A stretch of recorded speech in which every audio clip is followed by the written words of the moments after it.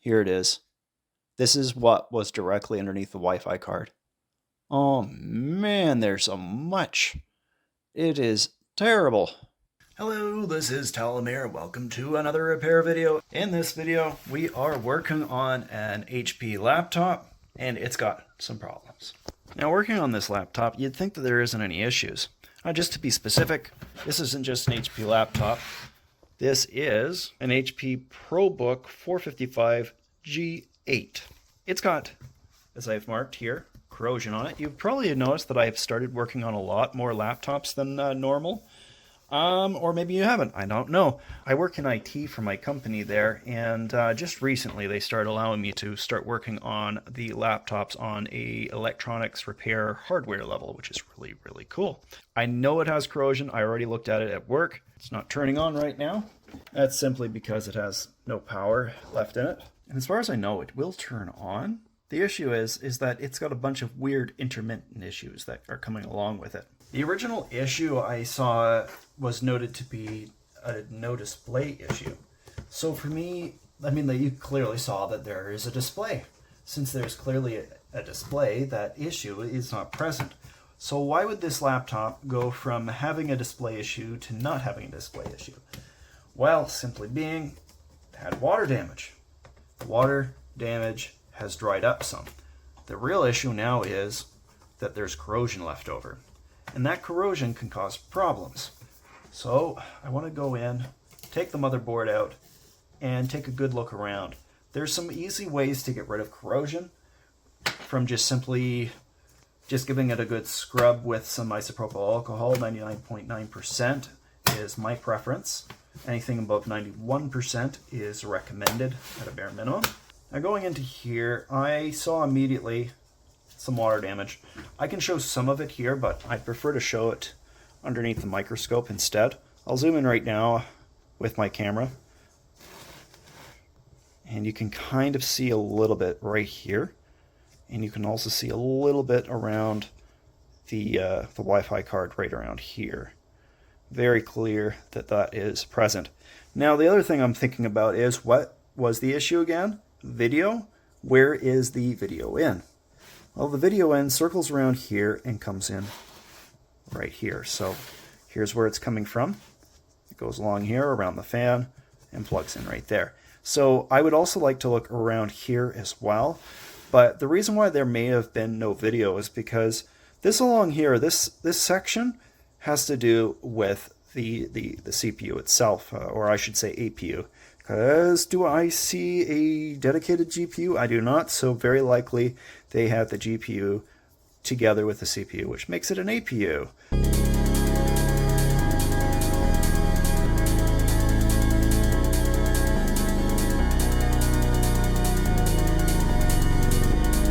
So I wanted to take a look at that watermark that I saw near the top of the board. That was just above the CPU or APU or whatever you want to call it. I'm going to give that a clean, give it a scrub. Now, I think it would be a wise choice to take the plastic. That's all this black plastic shielding off, so that I can see underneath it as well, as there may also be more underneath it as well, more water damage. I had peeled off the little piece of plastic that was underneath the Wi-Fi card as well, and the amount of water damage underneath there was significant, much worse than I expected it to be. Okay, there doesn't seem to be any water damage that I can see directly underneath where it was. It seems to be mostly in this area. Where'd it go? Right here. And it does go down a little bit over here as well. You can see a little bit. Some rust even there. Let me show you also, it kind of just goes over to here as well, and then here it is. This is what was directly underneath the Wi-Fi card. Oh man, there's so much. It is terrible. So I'm gonna have to give this all a clean, and hopefully I don't need to replace anything. I do have parts from another of this exact model of laptop. I don't know how I would source these parts otherwise. I'm sure there's books out there of capacitors and resistors, etc., and diodes that I could use to replace these chips, But the easiest, fastest, and least troublesome method is just to have a donor board that you can use. So let's give this a clean.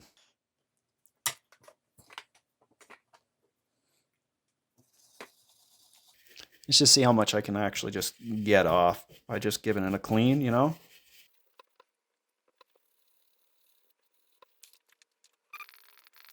What do we see? So far, so good. I'm still thinking that maybe I might want to do a little bit of a reflow on this just in case. It would help just get rid of some of the corrosion that's sitting on top. I also like to go through and just poke around and see if there is... It's hard to tell whether or not there is any... if there is any shorts, just because this is a circuit that I don't really know much about. But I should be able to identify something. So just got the multimeter in continuity mode, and let's just poke around. There was a little bit here as well, I can see. I don't think these are resistors. I mean, I don't think these are capacitors. Pretty sure those are resistors.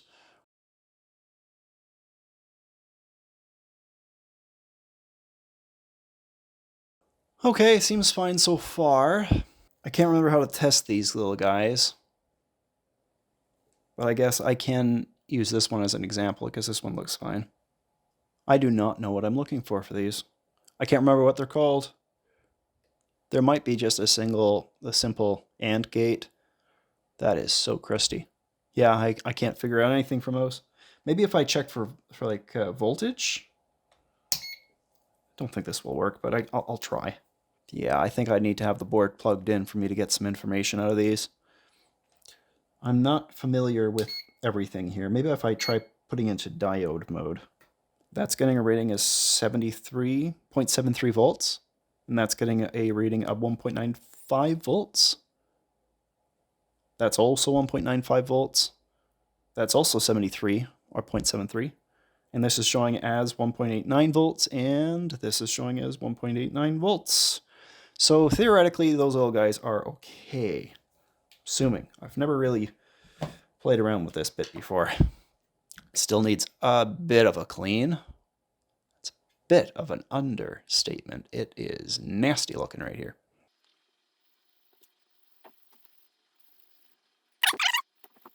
I might even try using a stiffer brush on here. I've got a really stiff brush I usually use for cleaning adhesive out of phones. I could use this. I mean, if it comes off from this stiff brush, I swear it wouldn't be fit for purpose. I think it might just be staining, maybe? Okay, it's not bad. It's just coloration. Maybe it got some heat in that spot. What's important is they have the same reading. The one on the right. The last bit we got to do is this huge mess. What is this? What is... Ugh, it's probably glue. Probably a bit of glue that came from the bit of black adhesive covering that was over it, or black shielding, whatever you want to call it. These two little guys right here, these are, I do believe these are MOSFETs, and I would be able to test those. It's going to be hard, but basically, as long as they don't have a short going through them, it should be fine.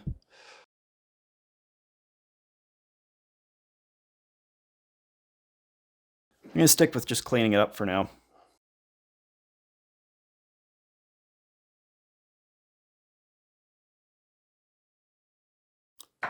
Okay, let's see what we've got going now.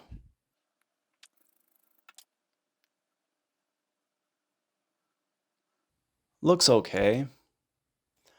I can go around with just checking for shorts. It's not going to be the best way to do it, but at least check around, see if there's any capacitors that look shorted. Or I'll just check all the ones that I can find. Look at these little guys right here. How about we start there? Okay, so this little bit here, I would have been more concerned that this little bit here was shorted out, since I got a reading. Oh, it's not doing it anymore on this side. So it was just a ghost reading. What do I see here? I have another spot that I missed.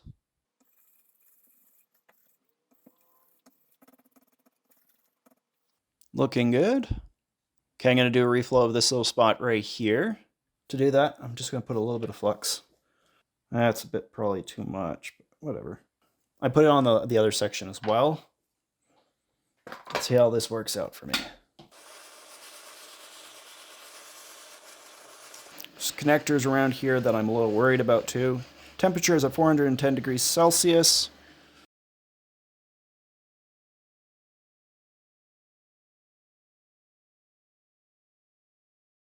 There we go. It's done. It's been reflowed. I know that's hard to see exactly what happened there, but basically I was looking for them to go shiny and then not. Time to clean up.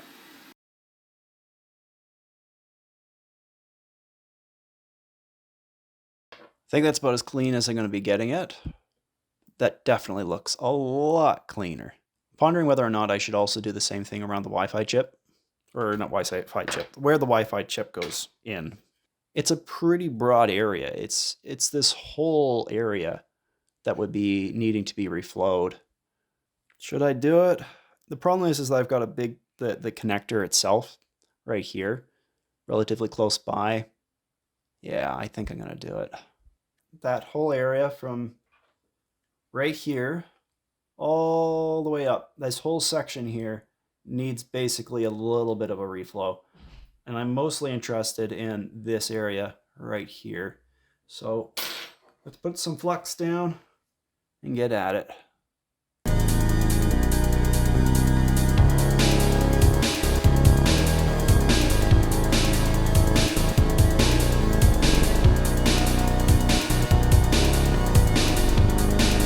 Definitely looks several times better, I gotta say.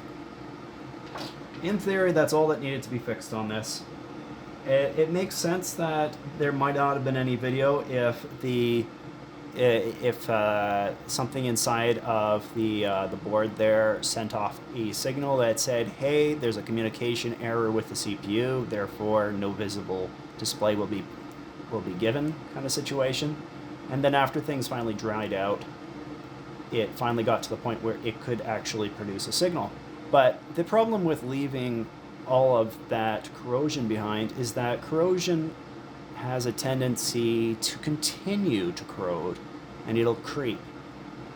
You really don't want that. So it looks like it was all just surface level, which is great to see. I can plug it in again and just give it a test. That should be enough screws for now. Just want to put the back on briefly and give this thing a test.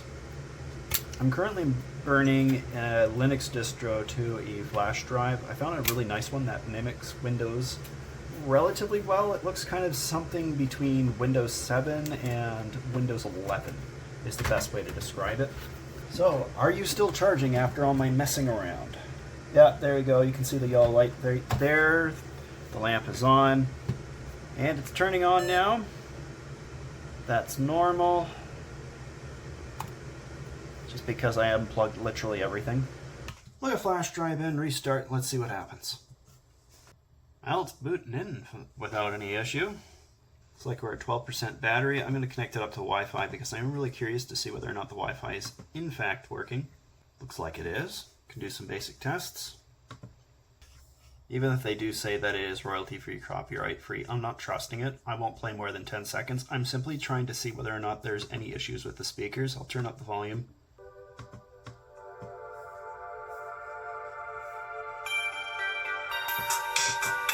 Sounds fine. Looks fine. Definitely no issues with the display that I can see. I think we got this up and working. The thing here is that, I mean, ultimately, it was turning on in the first place. But as I was saying earlier, the primary reason why I had it all apart and I was getting rid of all that corrosion is because there is a significant concern that there could be further damage caused if I left the corrosion in place. So that's why I made sure to go and clean all that up before I consider this laptop ready to go back into circulation. Let's turn this creature off, and I just got to get those screws in place for the back shield. Everything else is done. So that's another video done and dust, another device working and saved from the scrapyard. So if you guys like the video, please do leave a like. And if you want to see more of my stuff, subscribe. We'll see you guys all in another video. Bye.